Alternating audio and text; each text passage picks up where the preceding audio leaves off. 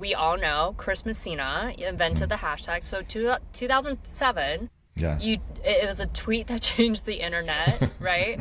So Twitter told you it was too nerdy and you didn't patent it and you gained $0 from it, which was a shocker to me. You gave it to the world. And you were also an early Google product designer. You worked for Google. You co-created co-working as a concept, founded Barcamp. You're a tech legend. This is not from my words. And you built things, for humanity and really walked away, even when monetary reward wasn't always there. So, yeah, if you can tell us a little bit more in your own words, Chris. Yeah, it's funny, I guess it's a nice place to start. I think the through line that helps to animate a lot of things that have happened in my career, is this question of how can technology and humanity come together, without losing what makes humanity interesting and fun and resilient and rewarding, but also benefit from some of the ways that technology, gives us sometimes superpowers, sometimes access to experiences or perspectives that otherwise wouldn't be readily available to us. And so I know that going all the way back to my very formative years, I was originally an artist, which connects to my grandmother who recently passed. And I discovered technology. And I actually didn't know this until more recently, that my grandfather was a radio operator in the Army. And so he was kind of on the technology and communication side. And so from an intergenerational perspective, there was already a lot of momentum for me to kind of bring these worlds together, one of expression, one of communication, one of basically design, and then one of figuring out how to scale that to very large audiences, And so when I discovered the web in high school, it just was very clear to me that this was a new form, a new medium that allowed anybody to build and to create. And, as a creator / artist / person, I wanted to make sure that wasn't restricted, I guess, going forward. And so that's why the hashtag was open from the beginning. That's why I spent a lot of time on open source. That's why I worked on developer platforms. And I guess, ultimately that's why I ended up in San Francisco and I'm in Oakland now. Yeah. So, it sounds like the pattern is that you're building the container, right, without knowing what people would put in it. And I think that's a really cool little string that I love to carry out through this podcast. But also one thing that you're talking about is this intergenerational, whether it's trauma, lineage, legacy. And I would love to share a little bit more about mine as well with my grandmother. Please. My grandmother is such an independent woman. Her upbringing was incredible. There could be a book that's written about her. And I actually think my mom is writing this book right now. But she grew up complete princess, not just by technical term, she literally was a princess, if you will. Where did she grow up? Her father, China. Her father is the second in command general of the Democratic Party under Chiang Kai-shek. General Sun. If you look him up, he is, there. And before they moved to Taiwan, he was actually murdered by a Japanese soldier, shot right in front of her, and she had to bury her own dad. She grew up in the White House, in Nanjing, China, for the first 2 years of her life, and then after that, the whole war broke out. She had to hide in her family's estate in this mountain, away from the Japanese. Not only did she have to bury her her own dad, she had to take care of her mom, who is a queen, had servants and, never picked up anything heavy in her entire life. So my grandmother had to carry the weight as a child to bury her father, and the complete transition of 180, talk about that. And she didn't go to her first grade until age 16.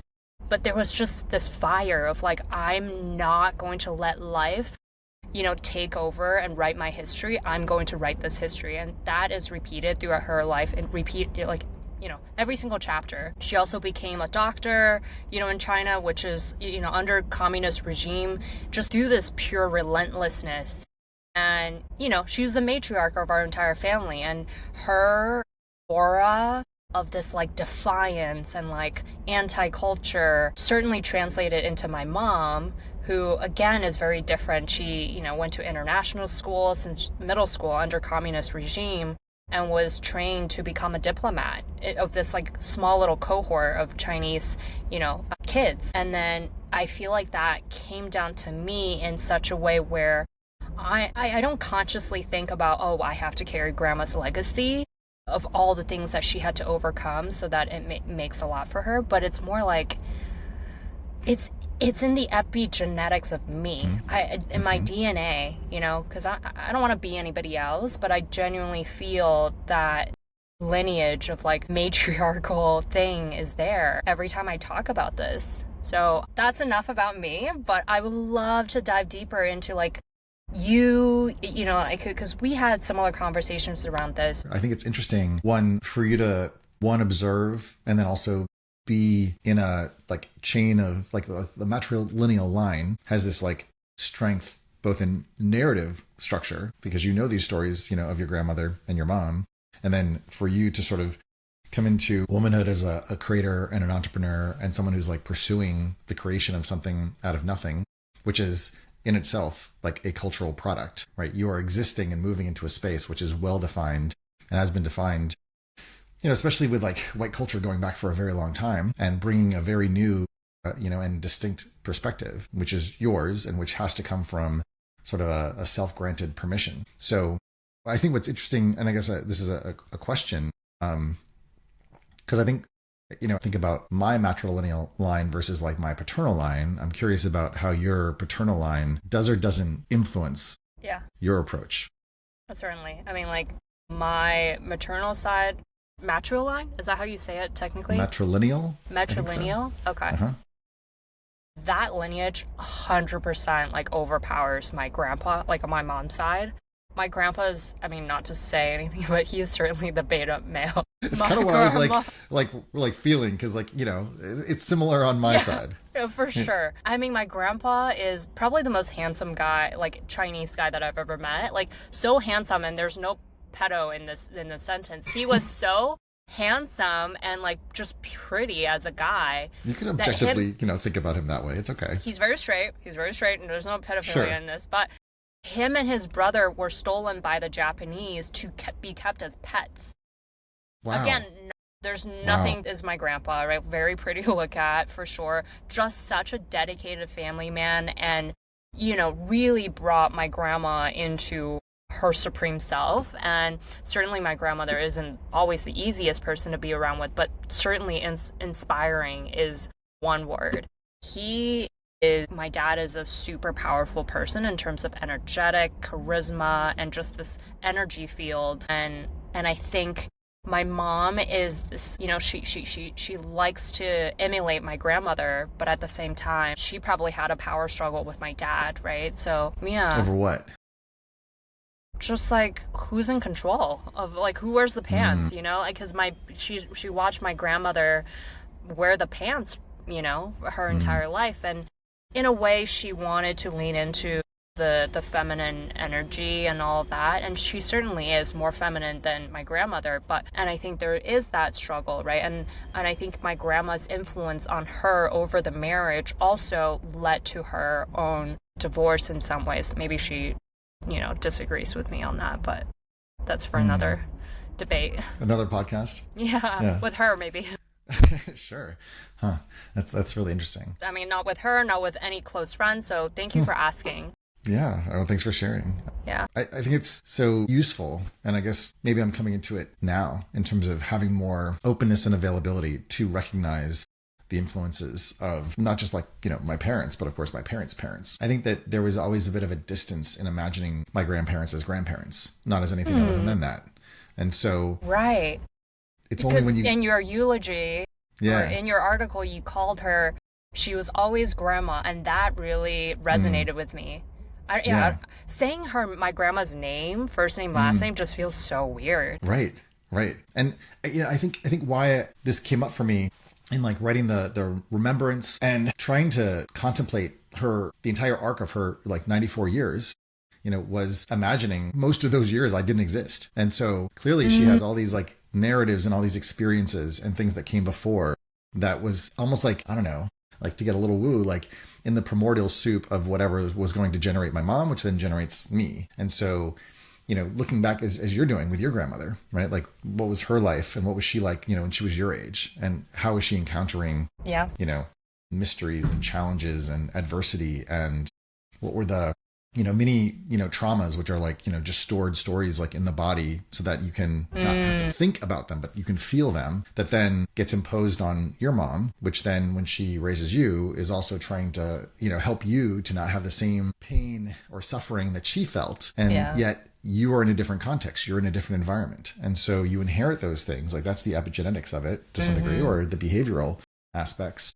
And once you arrive at a certain point in adulthood, you have to figure out on the one hand how to take responsibility for the decisions that you make, and then also to recognize where these things came from and why you behave the way you do. And the less conscious you are of where you came from, the more mysterious it is why you behave the way you behave. And so therefore, if it's mysterious, then you just sort of like, well, that's just the way I am, or like, that's the way my parents are. And that completely absolves you of any responsibility or takes away your power to say, but the way that I am isn't actually serving me. And I don't even know if it's like serving my parents, and yet, they didn't have the tools that we now have to have these conversations. I mean, there's so much to unravel here, right? Like, at our last conversation at brunch, you were talking about, childhood, we were talking about childhood trauma, and then the discovery of ancestral trauma, which whether you believe it or not, I completely subscribe to the idea that your DNA in your mother's womb and the epigenetic of it is ancestral, not only because of, nature, but also nurture, right? You're growing up in an environment where, as much as rebellious I'm sure my mom wanted to be against my grandma,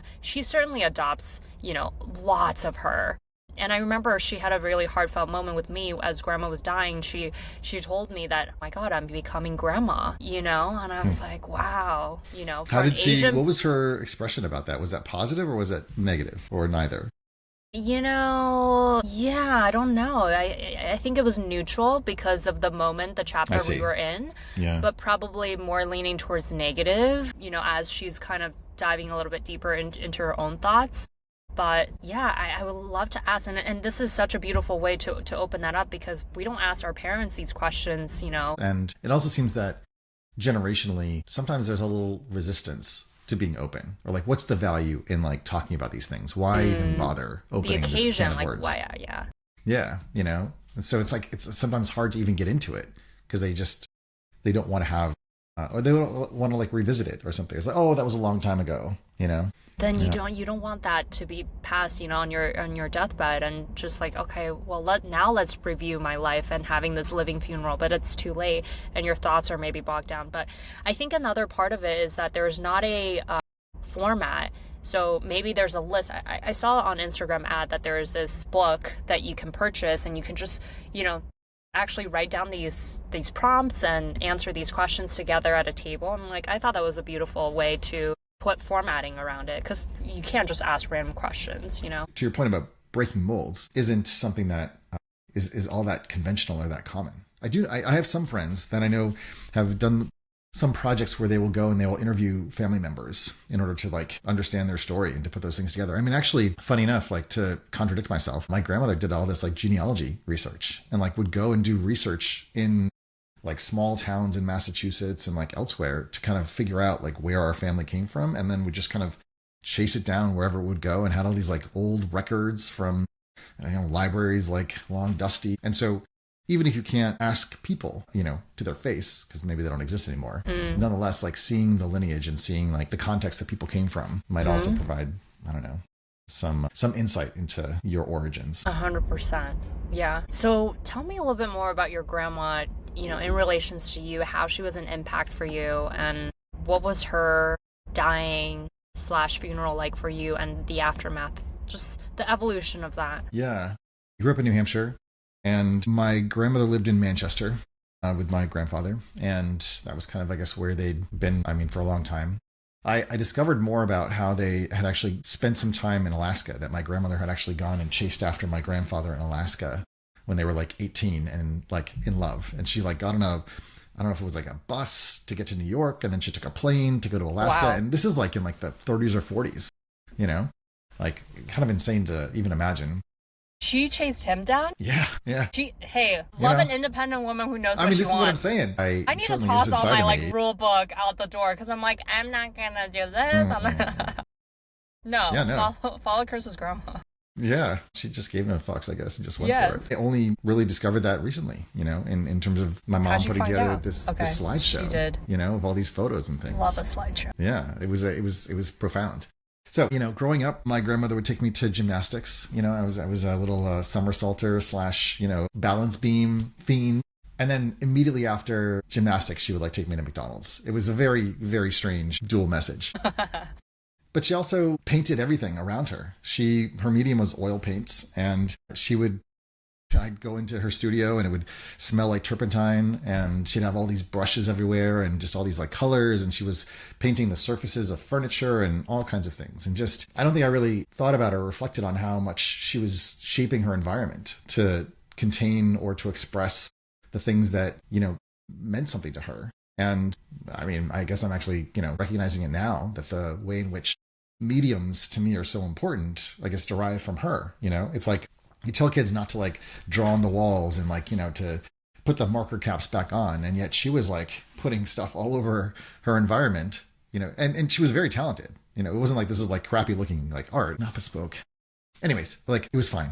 She had her own style and she put it on all kinds of different things. And so I think I absorbed that. And then I emulated her. In your own words, you said she adorned it with color and image and beauty. I thought that was such a beautiful way to describe her, a granite woman, right? Yeah, and and as a granite woman, because we grew up in New Hampshire, the granite state. To grow up in New Hampshire is to grow up with all four seasons, and especially the winters are brutal. Being in New York, how cold it gets, and New Hampshire is a little bit different because it's even more remote, and it's such a small state, and it's a small kind of old community that comes right out of like the 17 and 1800s. I had to leave, to go to Silicon Valley, where the future is always here. But yeah, I guess I just like learned and observed through her practice of art.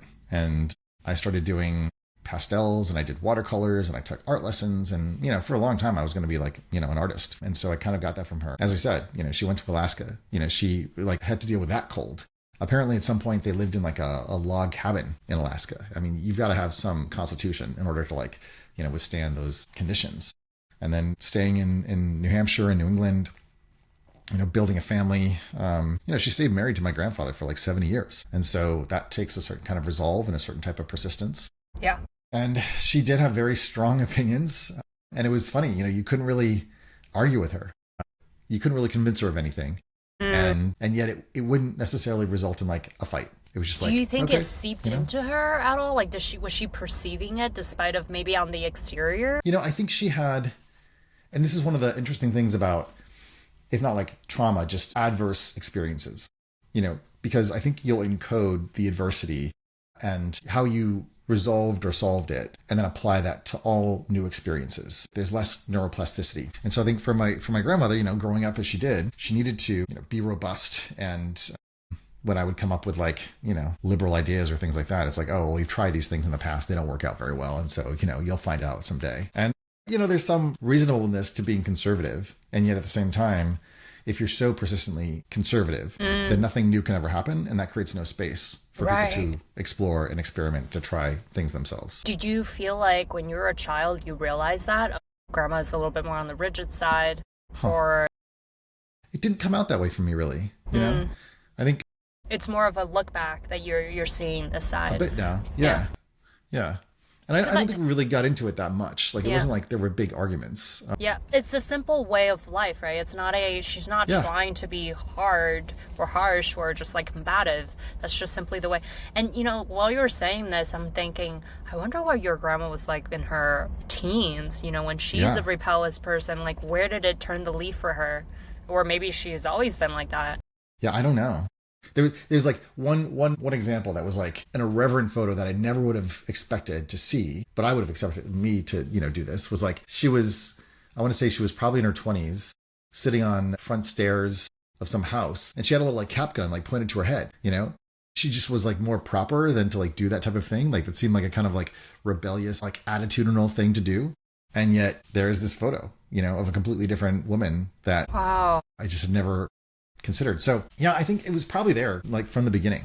Which of the four grandparents do you feel like you are closest to, or you're the closest of? I mean, that's an easy answer. And that would be my grandmother. My grandpa died like maybe 3 or 4 years before grandma died. And, she was really ready to, get back together with him, on the other side. And, he was always a bit aloof, a little bit more distant, And then on my dad's side, I maybe met them when I was pre-conscious, when I was 1. Because my dad's 20 years older than my mom, and he passed, many years ago as well. But I never really got to know them. I saw them in photos. And my understanding is that my dad's side, they were much colder, less welcoming and warm. And that explains a lot about, my dad. And, he talked about, I think your grandpa as being beta. My dad was a little bit like that too. Yeah. I mean, but, at the same time, for being beta, he reproduced a lot. He he had 6 kids in his first marriage, and then had me and my brother. So the line is secure. Yeah. Just what is passed down in that lineage. Yeah. That's a different story. Yeah, for sure. I mean, if you're saying that you are closest to Claudia, I know that in your article, and one quote that I pulled was, you said that she held the perimeter so everyone else could be free, and I feel like that's you. Every time I'm in your presence, you are just so warming. You're introducing people to you, and you're just an amazing connector. There's so much altruism that goes into it, and honesty. And there's a reason why people love the New Yorker versus the LAer, because the New Yorker, despite of how harsh they are, they're exactly how you see them, right? And you're not only that, but you're also a container, just like, maybe your career choices and the decisions that you've made as well. I'm really curious, is that how you see yourself, or how that lineage is passed down to you? Again, you're making connections that I hadn't quite made, but as you're describing them, because we talked about your first time going to Burning Man, and Burning Man's been pretty significant, in my life. And what I had the experience of in Burning Man, which is not like an accelerator, almost like a magnifying lens on your personality expression, because you're in this new context, in this space, and it's how do you show up when you're unencumbered from everything else? And what I observe about myself is that I tend to be what we call in this attachment program that I'm in, an island. And that means that I tend to sort of, float out, away.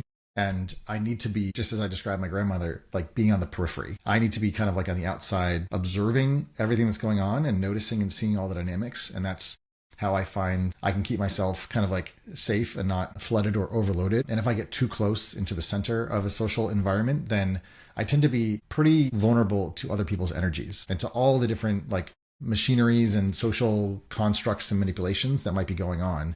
You go to a party and someone's oh, that person's cute, or oh, I want to go talk to that person, or oh, don't talk to that person, they're an asshole. And you're that just breaks my brain. And so instead, wow, I have to kind of be outside of it, seeing it as a movie. And so when I went to Burning Man, I kind of took on this identity of being the sheepdog, namely all the people would be in my crew or my camp, having a great time, being all together, talking forever. And I was always on the outpost, kind of looking for the next cool place to go, or seeing what was happening. I love guys, that. Let's go over here. But would you say that's not you in real life? No, that is me. That's what I'm saying. That is you. I'm saying I have become more myself. Magnified. Gotcha. Yeah. And so that was an environment where I could have been a total social butterfly and just wanted to talk to everybody and everything. And what I found was that in that environment, I didn't need to push myself to be more social than I prefer to be. And so part of the shape of my existence is to be in the future, seeing what's about to happen, and then translating it into the present. And so I did the same, you started this by talking about the hashtag. It's I kind of went, into Twitter's headquarters back in 2007. It was I think this is the way that we're going to use this product. And they were that's so dumb. Why would anybody use that? And to me, the intuition was just that, no, the constraints of this product, that it's a text-based medium, people are going to want to do the same group-like activities. And unless you support them, the product's not going to succeed. And so the simplest way to solve that is to just change the way that we communicate.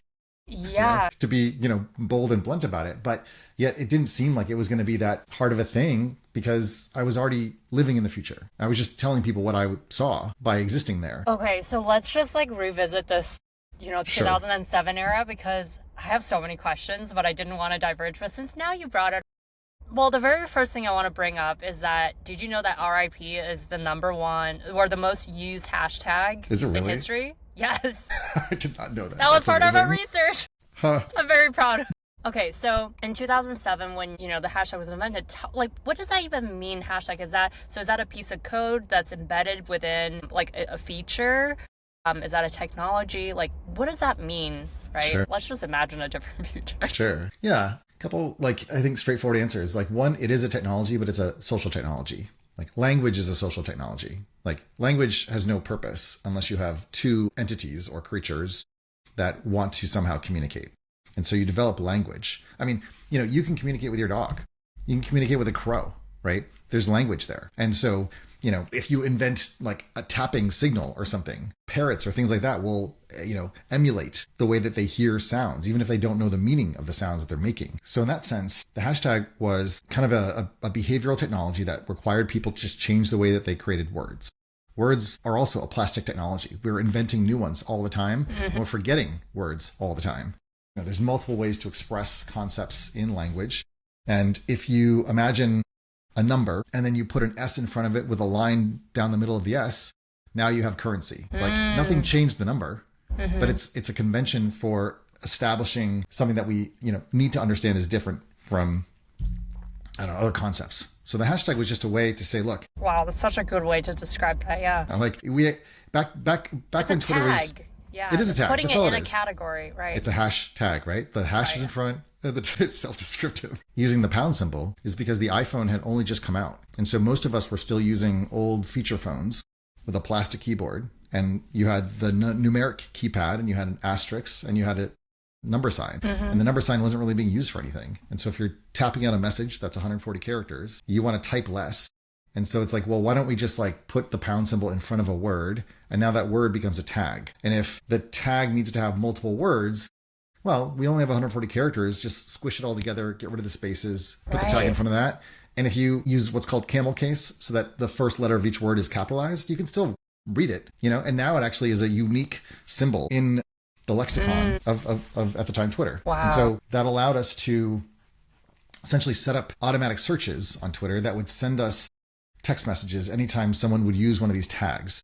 And so because I was helping to co-organize bar camp events and co-working spaces, we could then use those tags and Twitter to keep us, aware of everything that was happening in our environment, in our community. And it was easy to pick up, and one of the more important things was like, I need to be able to go to South by Southwest and get drunk and still be able to like use this technology with the hashtag.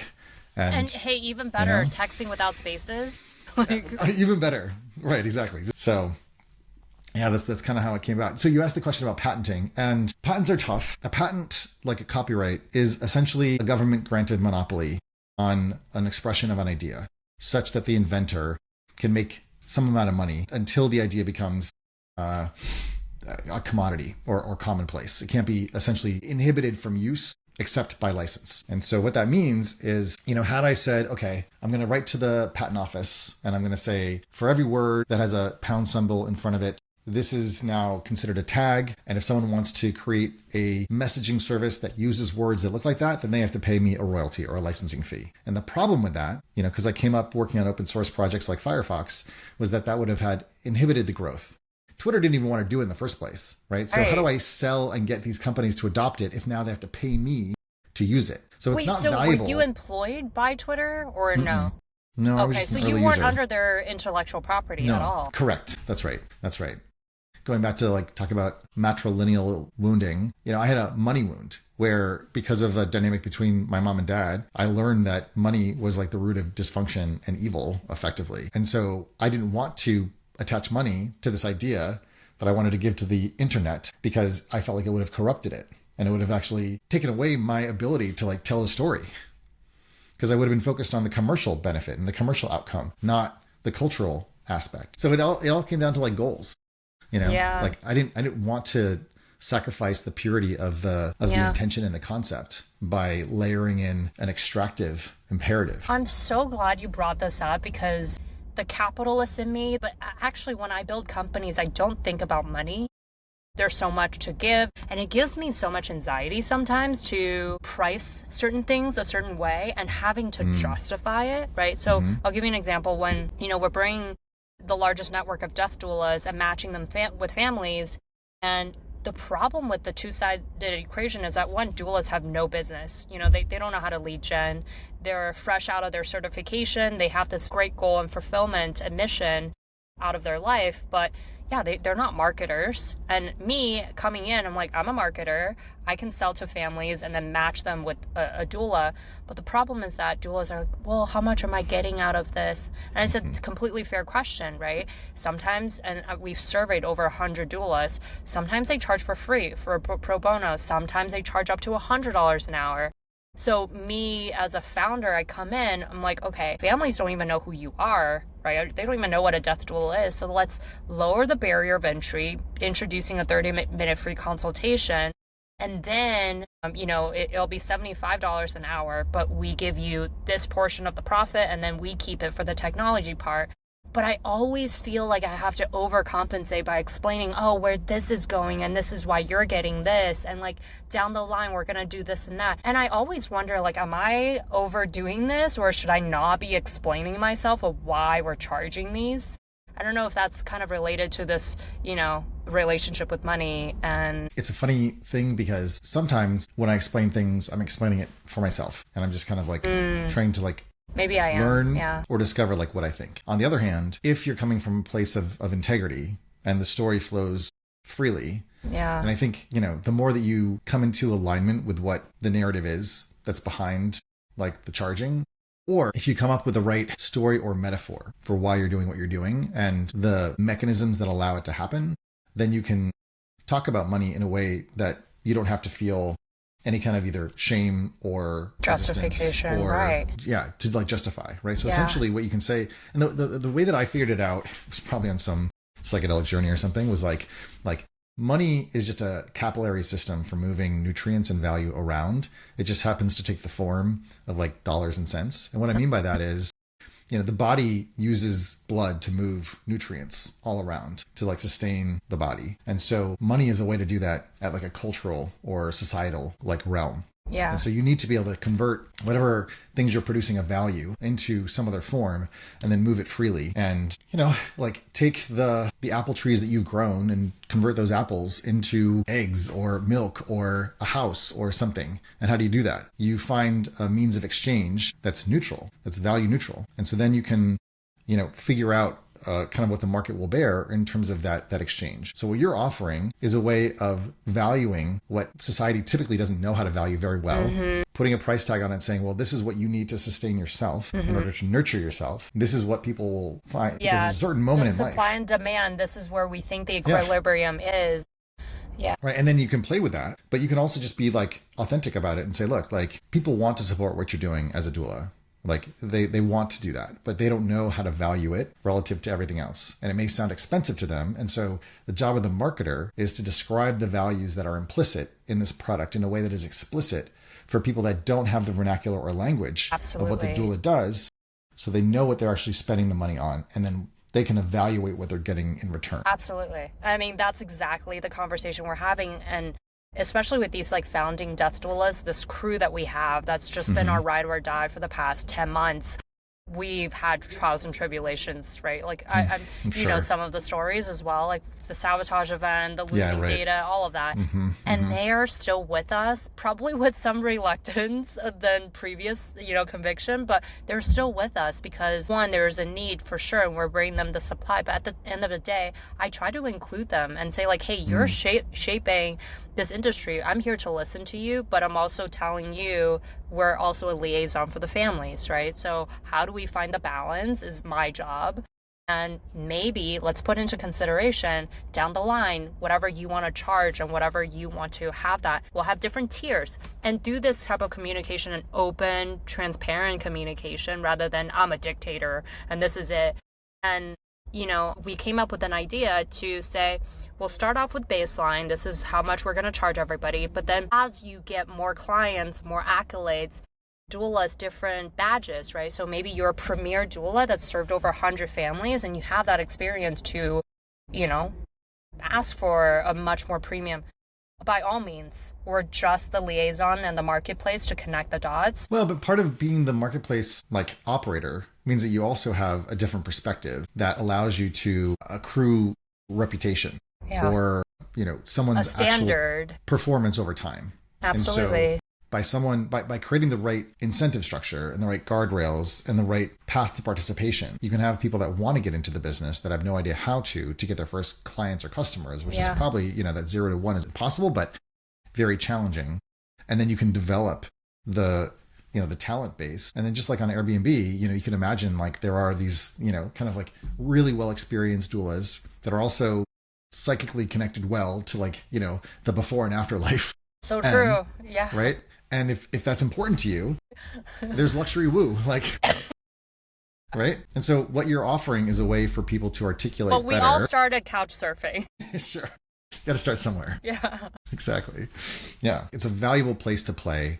And therefore, you didn't ask me, but I think it's kind of your opportunity to step into that opportunity of leadership and to come from a place of integrity and knowing that at some point you will have to make some of those harder decisions that people might not understand, but you also have a better vantage point to see the different needs on both sides and then to help mediate between them. Absolutely. Yeah. In a way that doesn't have to be exploitative. Yeah, totally. Yeah, it's actually quite fascinating because this is what I really enjoy, talking to people and getting people's opinion and seeing, okay, where are the gaps and then how can we fill that, but also at the same time coming in from a point of honesty because, a lot of times as a company grow bigger and bigger, when they started, their marketplace fee was like nominal. Now it's like 22 to 24% depending, and they have this super sophisticated algorithm to see where you are, all of that. And so, I think that's the evolution of a company, right? Like as you grow bigger and as you grow more credible, then you can kind of explore those different options. But there are different stages and places where you as a CEO and founder, you just have to stay so close to the community and these voices and feedback, but also like have your core to say, okay, I hear you, but also this is where we need to be for the sustainability of this entire ecosystem, and then kind of grow out of that. So yeah, thank you for your thoughts. I really like this. I wasn't expecting, I just don't love talking about money. I mean, maybe that's an Asian culture death and thing. Money, like these are difficult things to like actually have. And to your point, money doesn't have to sound evil or like, hey, this is transactional. This is simply connecting the dots and we're pairing you. And that's it. Yeah, I think it's also if you invest in coming up with your own like kind of conceptual beliefs and understanding of what the thing is, then you can wield it in a way that amplifies your own authentic power as opposed to working in a power construct from someone else. Yes, absolutely. For sure. Distort. Right? That's a good word. Yeah. You've seen so many companies that were distorted, Yeah. I mean, Cory Doctorow's like enshittification theory, about what happens to large companies over time. It's like you've aggregated an audience and then your job, just like private equity would do, is to just extract the most that you can without any care or consideration for like the microbiome that's been generated within an ecosystem. Yes. And on the one hand, you could say that's just like the natural state of like late stage capitalism. Yeah. Or you could say that we have structures that are from an industrial era that's all about productivity, and productivity is the number one goal, as opposed to like the holistic, health and well-being of the participants in it. And so, whether, AGI is going to happen or not, at least in terms of the conversations that people have about abundance, you can have regenerative farming. You can have, like green initiatives that are also about allowing like soils to repopulate themselves. And that's actually necessary.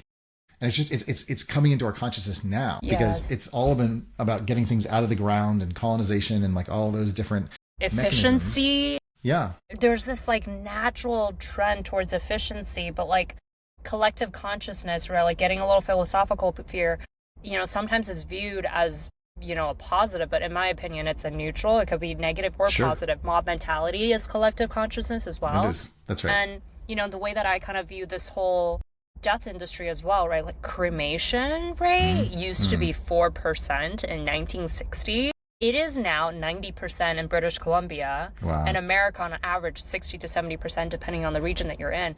That's insane. That's wild. Right? The first time I crossed 60% was 2023. And to me, there's two things that play into it is one, efficiency. Right? Like it's just fast. You don't have to think about it because a burial, there's so much ceremonialness. There's it's honoring. Also so expensive. The second thing is expensive, right? It's cost. And which is why we need pre-planning, right? Like having these conversations earlier certainly can save you 70%. I mean, like on Renidy, we save people 70% on average. If you plan just a week before, maybe you can have 70% cheaper and actually have the burial that your grandparents wanted rather than this efficiency route. Not that there's anything wrong with cremation or direct cremation. Maybe that is absolutely the way, but there's a percentage of that 60% that maybe wanted a burial, but just because it was expensive. And I think it's so interesting. I mean, this is a whole other topic, and maybe, we'll have a part 2 of this podcast. Part 2 for sure. I already smell it. Yeah. Yeah, well, maybe we start there, like the whole idea of the body and what happens after and what the purpose or value in putting it in the ground and what that means, both spiritually, like having someone in an urn. Yeah. I have a few things to say about that. Yeah. I mean, different religious, cultural preferences, right? Like a Jewish, Muslim, it's burial. But like India, Nepal is cremation. There's no right or wrong, but it's only wrong. It feels only wrong when the wish of the person that you're actually cremating or burying wanted something else, but you can't afford it. A really good friend of mine told me the story, and that was my aha moment. I'm like, wow. Yeah. Imagine that you can get the burial that you want without sacrificing your own wishes. Okay, so should we save this for part 2?